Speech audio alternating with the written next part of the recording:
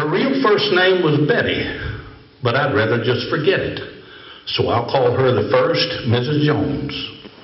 We was married in September. She took off in November. One day, she just took off on her own. I followed her to Atlanta, to New Orleans, and then Savannah. And every day, I begged her to come home. Pretty soon, I started drinking, trying hard to keep from thinking just how much I loved the first Mrs. Jones.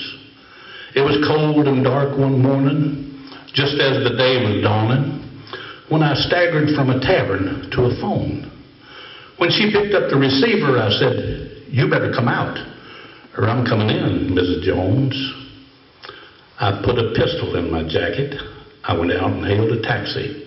I asked the driver to take me to her home. I remember walking proudly, and they all said that I shouted loudly, "Come on out, or I'm coming in, Mrs. Jones."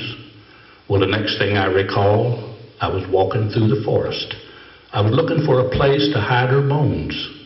Then I dug and dug for hours, and then I planted flowers right on top of the first Mrs. Jones. Does that little story scare you? Yeah, I can see, because I'm so near you. Little beads of perspiration dot your clothes. Aren't you sorry that you left me? Don't you want to come and go with me? After all, you're the second Mrs. Jones.